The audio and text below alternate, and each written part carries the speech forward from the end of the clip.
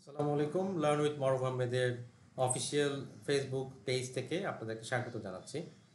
আজকে আমরা actually if এবং ইফস নিয়ে আমরা কথা বলবো। আমাদের অনেক লার্নার ইফ এবং ইফস নিয়ে অনেক ধরনের রিকোয়েস্ট করেন আমাদেরকে যে অ্যাকচুয়ালি ওনারা এই দুইটি ফাংশন কনফিডেন্টলি ব্যবহার করতে পারেন না।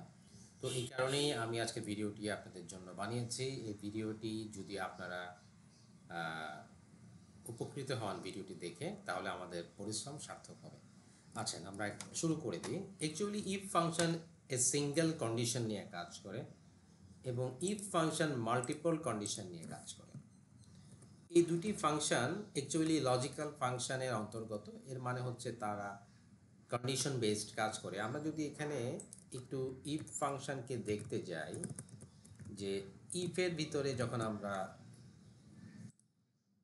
ঢুকলাম, তখন আমরা দেখতে পাচ্ছি যে এখানে অ্যাকচুয়ালি এটা হচ্ছে কন্ডিশনের জায়গা। এখানে কন্ডিশন দিতে হবে। আপনি কন্ডিশন যেটাই দেন, এটা নিউমেরিক্যাল কন্ডিশন হতে পারে, টেক্সট কন্ডিশন হতে পারে, বুলিয়ান ভ্যালু হতে পারে। এই কন্ডিশন যেটা দেওয়া হবে সেটা যদি পূরণ হয়, ম্যাচ করে, তাহলে এখানে রেজাল্ট আমরা দেখাতে পারি। আমরা চাইলে এখানে কোনো এক্সপ্রেশন পাস করতে পারি, এখানে আমরা কোনো ভ্যালু পাস করতে পারি, কোনো স্টেটমেন্ট পাস করতে পারি। হ্যাঁ, আর এখানে হচ্ছে কি, যদি শর্তটা পূরণ না হয়।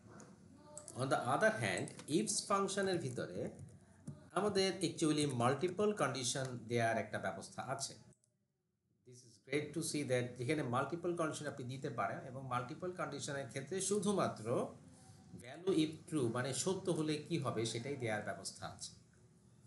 এর মানে হচ্ছে এই ফাংশনটি আপনি তখনই ব্যবহার করবেন যখন আপনি মাল্টিপল কন্ডিশনের ভিত্তিতে, প্রত্যেকটা কন্ডিশনের ভিত্তিতে এক একটা আউটপুট দেখাতে চাচ্ছেন।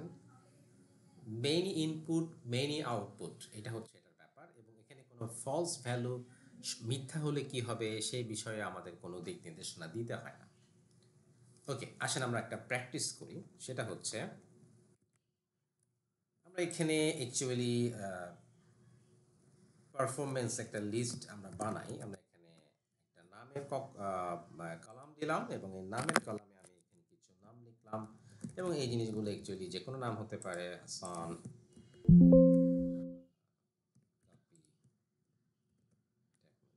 হুসেন, জন দিলাম। আচ্ছা, তিনটা নাম দিলাম এখানে। অ্যাকচুয়ালি তাদের প্রাপ্ত নাম্বার দিলাম, পারফরমেন্স বা মার্ক দিলাম। এখন আমি একদম সিম্পলি বোঝাচ্ছি আপনাদেরকে, যারা অ্যাকচুয়ালি কোনো সময় ইফ ফাংশন ব্যবহার করেননি তাদের জন্য হেল্পফুল হবে ডেফিনেটলি, এবং যাদের আগের থেকে অভিজ্ঞতা আছে তারাও বেনিফিটেড হবে। এখন ধরে নেওয়া হলো যেখানে পাস মার্ক হচ্ছে 70, 170 পেতে হবে। তাহলে সেক্ষেত্রে যদি কেউ হয়তো এখানে 50 পেয়েছেন, কেউ হয়তো এখানে 75 পেয়েছেন, কেউ হয়তো এখানে 69 পেয়েছেন। তো আলটিমেটলি আমাদের রেজাল্টটা বের করতে হবে, এবং যদি কেউ পাস করে তাহলে পাস, আর যদি কেউ ফেল করে তাহলে হচ্ছে ফেল। ওকে, তাহলে এই যে রেজাল্টটা আমরা বের করতে চাচ্ছি, এটা হচ্ছে রেজাল্ট ইফের ক্ষেত্রে বের করতে চাচ্ছি। ইফ দিয়ে করবো আমরা, কারণ আমাদের এখানে সিঙ্গেল কন্ডিশন, এবং আমরা ইন্টেনশন হচ্ছে যে 70-এর উপরে পেলে আমরা পাস্টলি ঘোষণা করতে চাই বা আউটপুট দেখাতে চাই, আর 70-এর নিচে নিচে পেলে ফেইড আসবে। তাহলে আমাদের এখানে মেজারমেন্টের যে কম্পারিজন ভ্যালু হচ্ছে 70, তাহলে আমরা এখানে লিখতে পারি if this mark is greater than equal to 70, then we want to show passed। এইটুকু লিখলে কিন্তু আউটপুট আপনি পাবেন, কিন্তু কীরকম পাবেন সেটি হচ্ছে যে যেহেতু ভ্যালু ইফ ট্রু আপনি দিয়েছেন, ভ্যালু ইফ ফলস দেননি, তাহলে যে শর্তটা পূরণ হবে না, যেমন ধরেন 50 নাম্বার অ্যাকচুয়ালি 70 নাম্বারের নিচে, এই জন্য এখানে ফলস আসছে। তো সেই ক্ষেত্রে অ্যাকচুয়ালি আমি যদি এই ফর্মুলাটা কপি করি, তাহলে কিন্তু এখানে পাস্ট দেখা যাচ্ছে, আবার এখানে আসতেছে হচ্ছে ফলস। তাহলে সেক্ষেত্রে আমি যদি বলি যে না, আমি এখানে ভ্যালু উইথ ফলস কি হবে সেটা আমরা দেখাতে চাচ্ছি, তাহলে আমি এখানে দিব হচ্ছে ফেইড। এবার দেখেন আমাদের কিন্তু দুইটা ভ্যালুই আসতেছে, যেটা শর্ত পূরণ হচ্ছে শর্ত পূরণ হলে পাস্ট আসতেছে এবং শর্ত পূরণ না হলে ফেইলড আসতেছে। কেমন? আচ্ছা, তাহলে সেই ক্ষেত্রে আমি যদি এখানে একটা নাম্বারকে একটু পরিবর্তন করে দিই, যেমন এটাকে আমি পাস করিয়ে দিলাম, এখানে আমি 72 দিলাম, তাহলে কিন্তু এটা পাস্ট আসতেছে। তো দিস ইজ দ্য কেস। আমরা এভাবে খুব সিম্পলি এভাবে যে কোনো কিছু করতে পারি। আমরা সেলস ভ্যালু যাচাই করতে পারি, নাম্বার যাচাই করতে পারি, কমিশন ভ্যালু যাচাই করতে পারি, হ্যাঁ, কারো স্যালারিকে যাচাই করতে পারি। হ্যাঁ, ওকে। তাহলে এবার আমরা যে প্র্যাকটিসটা করব সেটা হচ্ছে, যদি আমি ইফস দিয়ে কাজটা করতে চাই, এবার আমাদের সিনারিওটা একটু আলাদা। সেটি হচ্ছে, আমরা চাচ্ছি যে 60-র উপরে পেলে গুড, 70-র উপরে পেলে ভেরি গুড এবং 80-র উপরে পেলে এক্সেলেন্ট আউটপুট দেখাতে চাচ্ছি, পাস ফেল আউটপুট দেখাতে চাচ্ছি না। তাহলে সেক্ষেত্রে আমরা ইফস দিয়ে আউটপুটটা দেখাতে চাচ্ছি। তো আমি এই জিনিসটাকে ডিলিট করে দিলাম এবং আমি এবার ইফস এর মাধ্যমে এই জিনিসটা আমি দেখাতে চাচ্ছি। ইফস ইফস আমরা দিব হচ্ছে this mark is greater than equal to, আমরা বড় থেকে শুরু করব, এটা হচ্ছে আমার জন্য ভালো। তাহলে আমরা হাই ভ্যালু থেকে শুরু করতে পারলে এটা আমাদের জন্য একটা গুড ক্লাসিক্যাল ওয়ে কোনো কিছুকে কম্পেয়ার করার জন্য। ঠিক আছে, তাহলে আমি দিলাম যে 80-র উপরে হলে আউটপুট হবে হচ্ছে এক্সেলেন্ট।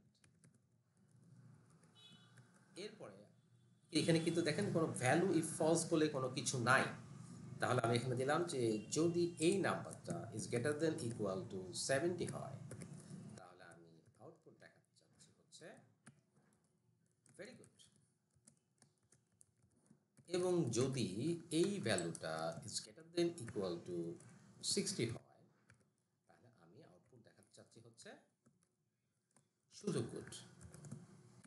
এখন এই তিনটা কন্ডিশনকে যাচাই করে ইফস ফাংশন এই যে আমার যে ভ্যালুটা আছে সেটা কার সাথে সম্পর্কিত সেটা সে আমাকে বলে দিবে।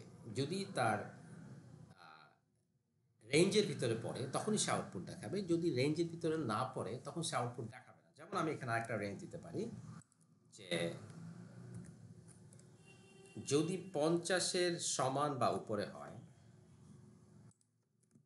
সেটাতে ইকুয়াল টু 50, তাহলে হচ্ছে জাস্ট এটা আমি প্রিন্ট করতে চাচ্ছি নট গুড বাট পাস্ট, এটা প্রিন্ট করতে যাচ্ছি। তাহলে 50 হচ্ছে পাস নাম্বার এবং 50 অ্যাকচুয়ালি ভালো নাম্বার না, বাট এটা পাস্ট, এটা বোঝানোর জন্য। তাহলে আসেন আমরা ইন্টার প্রেস করি, তাহলে দেখেন 50 যেটা আছে সেটা কিন্তু আমি এখানে আমাদের সুবিধার জন্য আমরা 4 ধরনের নাম্বার একটু অ্যাড করে দিই। এখানে আরেকজনকে আমরা অ্যাড করে এখানে আমরা দিলাম হচ্ছে হাসিবকে, এবং আমি এখানে 60 একটা দিলাম, এখানে আমি দিলাম হচ্ছে 82,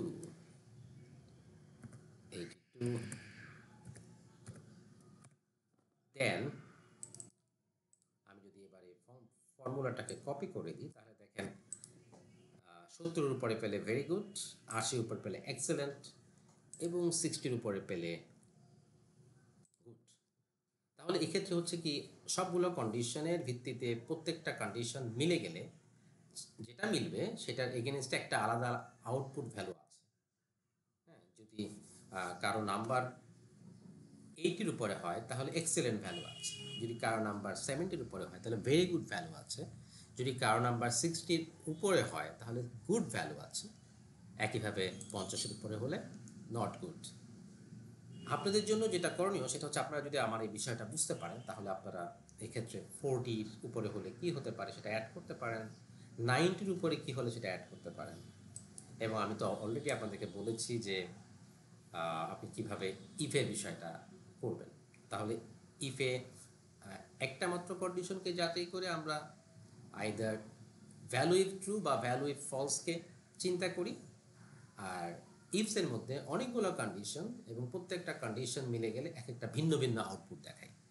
সো আপনাদের যদি আমাদের ইফ এবং ইফসের ডিফারেন্সটা বুঝে আসে তাহলে আমাদের কার্যসিদ্ধি হয়ে গেল।